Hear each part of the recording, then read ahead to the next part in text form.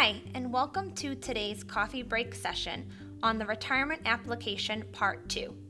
My name is Kristen Doherty, and I'm the Benefits Coordinator for the Retirement Processing and Member Education Unit at the MTRS. During today's webcast, you will learn how to complete the Retirement Application Part 2.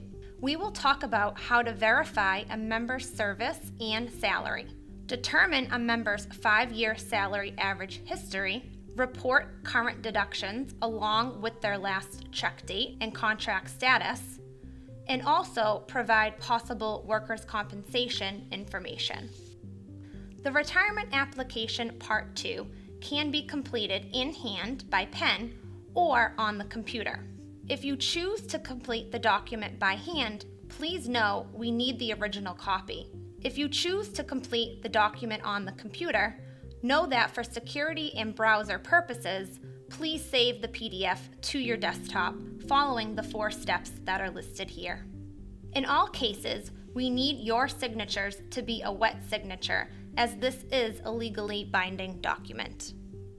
In order to access the retirement application, the member is either going to be hand delivering it to you, or you can access it online on our website at mass.gov/MTRS under the Employers section.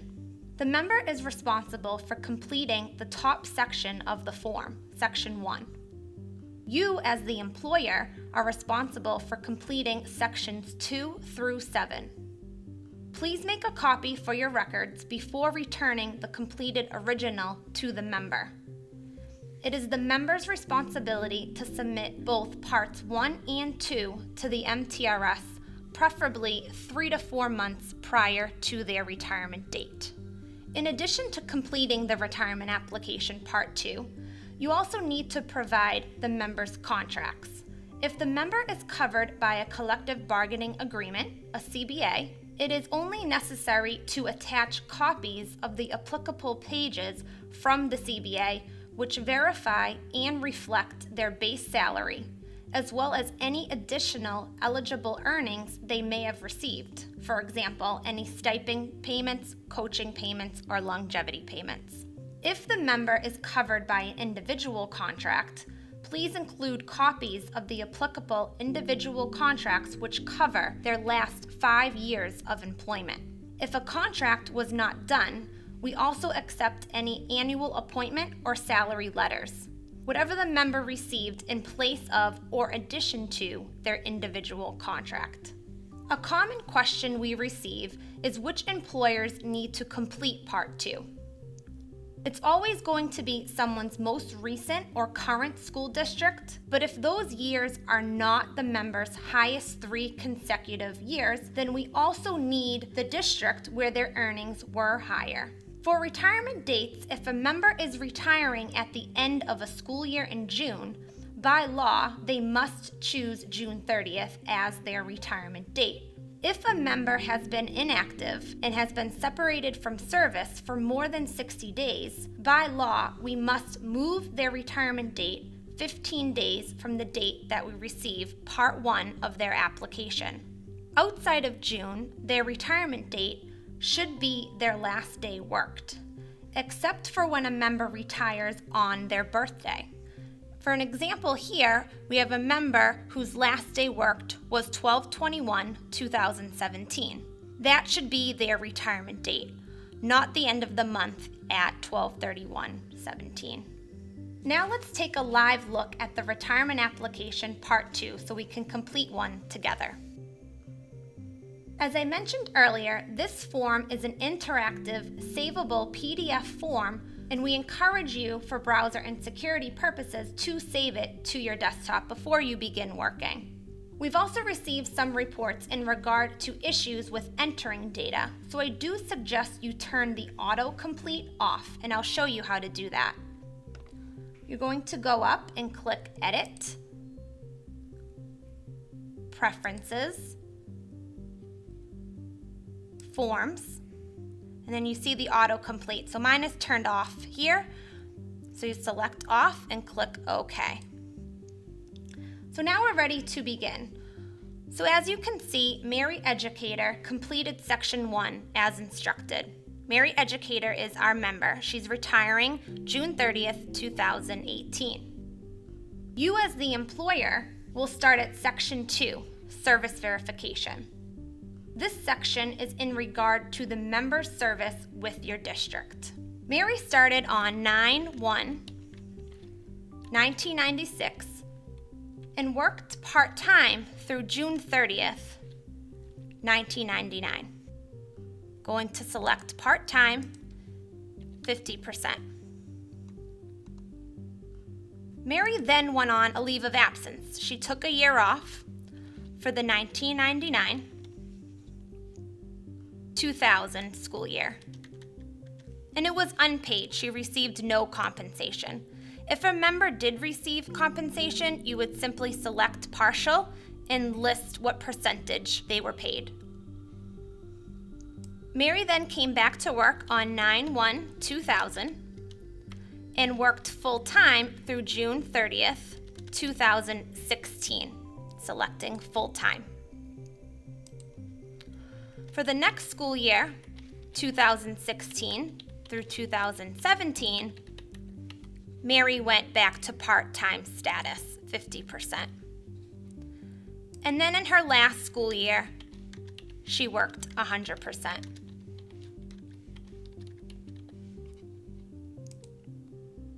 The next question here, it's asking if any period of service above was the member a kindergarten or pre-kindergarten teacher.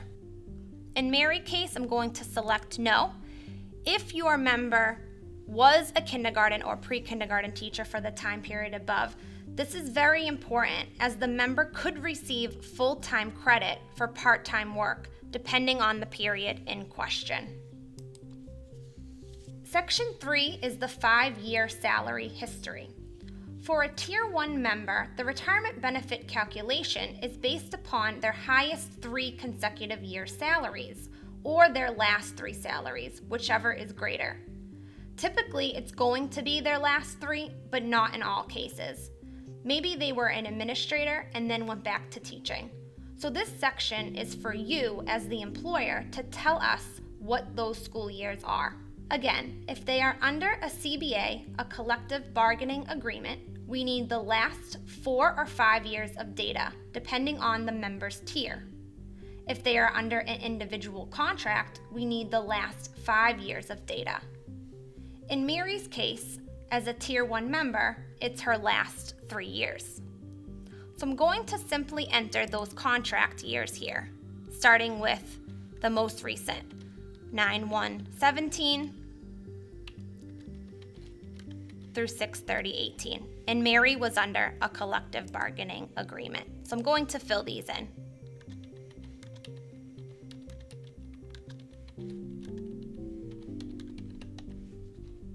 Now we're going to scroll down to Section 4, which is the member's current deductions, last check date, and contract status.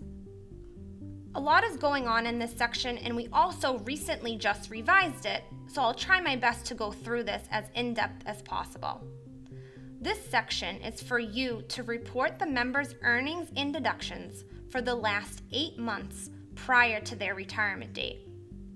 The reason that we need this is because in most cases, retirement deductions aren't posted in our system up to the current pay date.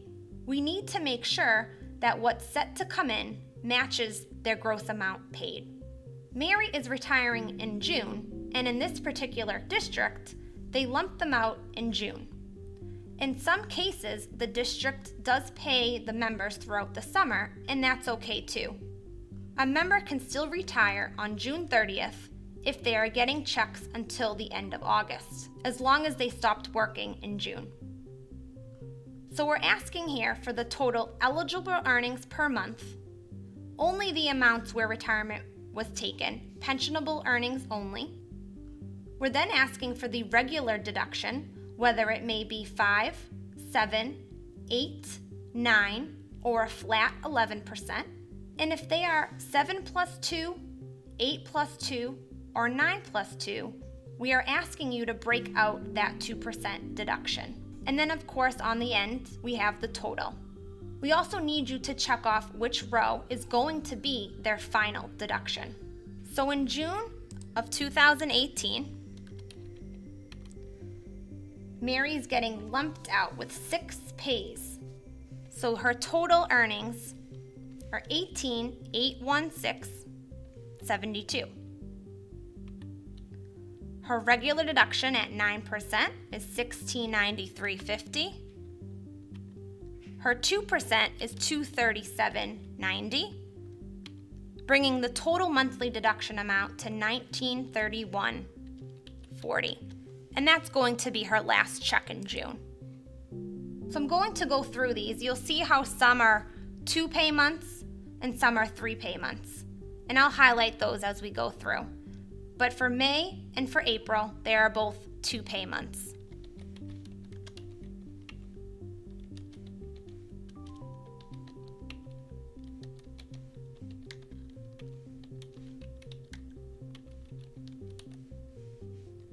So now for March, it's a 3 pay month. So as you can see, the total eligible earnings have changed to reflect that.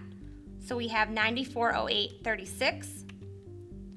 The regular deduction is $846.75. The 2% is $109.95, bringing the total to $956.70. For the next 3 months, February, January, and December, they are all also 2 pay months. So I'm going to fill these 3 months in.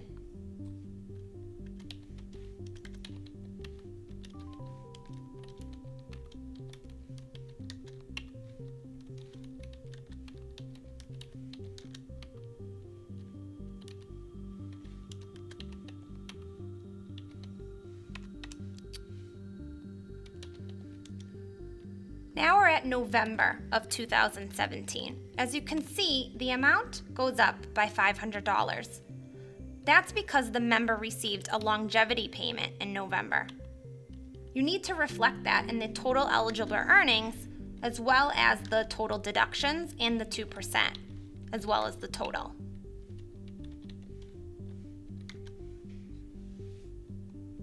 We're then asking what the last check date they're going to be receiving. In Mary's case, it's going to be 6/22/2018. The final question on this page is in regard to if your district has settled its contract for the current year. For this particular case, they have, so I'm going to select yes. But if your district has not settled its contract, please select no, and don't wait to fill out the application in order for it to be settled. Document the amounts as is, and as soon as the district settles, please send us 1, an electronic copy of the new contract, 2, a list of all your teachers who retired before the settlement and who will need an adjustment, and 3, for all affected retirees, either a revised Part 2 or 1 spreadsheet with all the updated figures for those affected. As talked about earlier, we need documented the member's last 4 or highest 4 years of service as a Tier 1 member. We need the dates and the earnings. If they are an administrator working under an individual contract, we need the last 5 years. So I'm going to fill this out starting with the most recent service first. 9/1/2017 through 6/30/2018. Mary worked and was paid 184 days out of a 184-day contract. Her total annual base amount was $81,539. Mary also received a $500 longevity payment, totaling her gross amount to be $82,039. For the 2016-2017 school year, as we mentioned earlier, Mary worked part-time. Her full annual salary for that year was $80,334. She also received a prorated stipend for $750. Since Mary was 50%, as you can see, her gross earnings are 50% lower than what we've reported in column D. This is very important to know because a member who is retiring at part-time status receives prorated credit, but we use the full-time salary in the salary average calculation. For the next school year, Mary was on a split contract rate. From February to June, Mary was paid 92 days at $78,800. Her gross for that time frame was $39,400. From September through January of that same school year, Mary was paid 92 days at $78,300. Her gross was $39,150. In the 14-15 school year, Mary ran out of sick time. She had one unpaid day for this school year. I'm going to show you how to properly document that. Since she had that one unpaid day, she was only paid 183 days out of an 184-day contract. The total contract number was 77,214. Since she was 1 day short, she only grossed 76,794.36.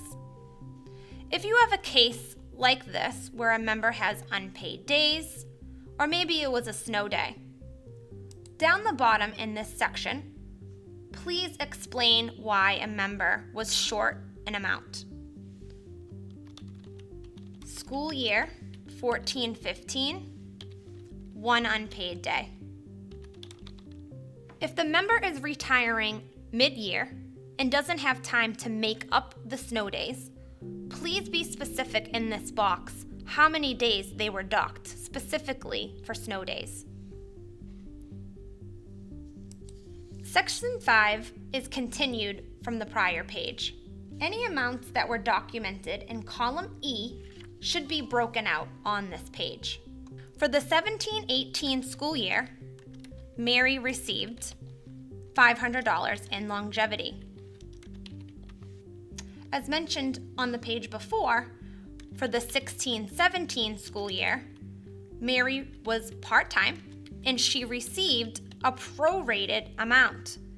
In the contract, the mentoring stipend is listed at $1,500. Since Mary was 50%, it was prorated to $750. If a member was ever being paid longevity, stipends, or coaching at a prorated amount, please be specific in this middle section to tell us what the full amounts were in the contract. That leads us to the next question. Were the additional earnings listed directly above paid under the terms of an annual contract? Yes. In order for a stipend, a longevity payment, or coaching to be eligible, it must be in the collective bargaining agreement or the member's individual contract. Section 6 is for workers' compensation. During the member service with your district, did he or she receive any payments from workers' compensation? In Mary's case, I'm going to select no. If yes, please report the following, and please also attach any relevant documents.